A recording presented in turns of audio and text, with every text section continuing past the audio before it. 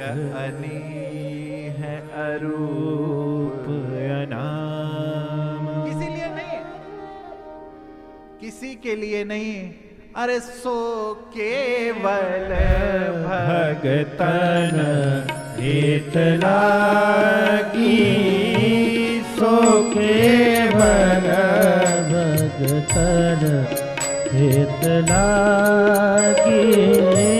परम कृपाल प्रणत अनुरागी, परम कृपाल प्रणत अनुरागी। भैया उनको प्रकट करने के लिए आप कुछ कर नहीं सकते, क्योंकि वो जब जब प्रकट होते हैं उनका एक ही क्या है, एक ही कारण है, सो केवल भक्तन हित।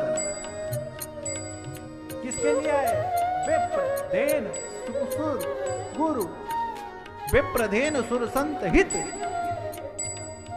वीन मनुज अवतार। उनका और कोई कारण है ही नहीं, और किसी कारण से उनको आप प्रकट कर ही नहीं सकते। क्या? अगुण सगुण दोई ब्रह्म,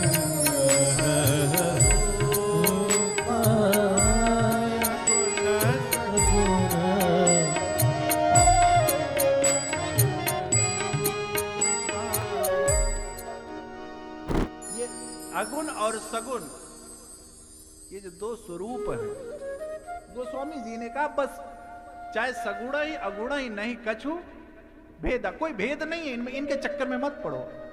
मैंने बैठते ही कहा था कि भक्ति को क्लिष्ट मत बनाइए, भक्ति को काम करते रहिए, काम करते रहो, नाम जपते रहो, काम करते रहिए, खूब कठिन से कठिन व्यापार कीजिए,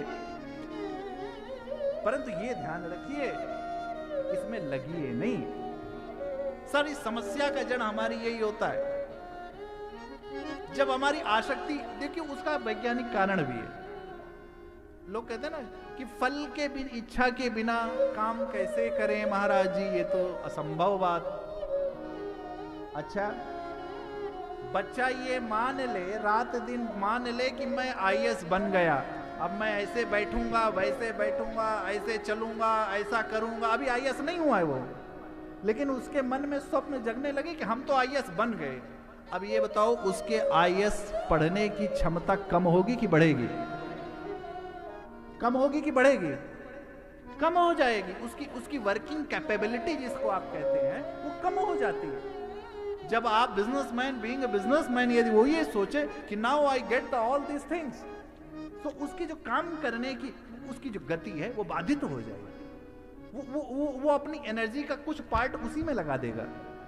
इसीलिए कहा गया आप कर्म को अच्छे से कीजिए। यदि आपका बच्चा पढ़ रहा है तो उसको बेटा तुम अभी ये मत करो कि what you want to do, बस what you are doing, you do the things well, all things you try to do well. बस आप सब चीजों को अच्छे से करने का प्रयास करो, बस nothing else.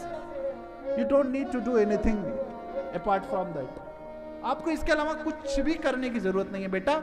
If you are a student, आप you focus on your study. जो भी आप कर रहे हो XYZ, जो कर रहे हो वो करो। राम जी जो किए वही किए। राम जी के पास जो जो कार्य आया उसको बड़े अच्छे से संपादित करते चले गए। क्या आया? प्रगटे, विश्वामित्र जी आए, धनुष भंग के लिए आए, गए यज्ञ रक्षा के लिए। बीच में अहिल्या जी को कहा परिषद पद पावन, शोक न सावन कर दो, कर दिए।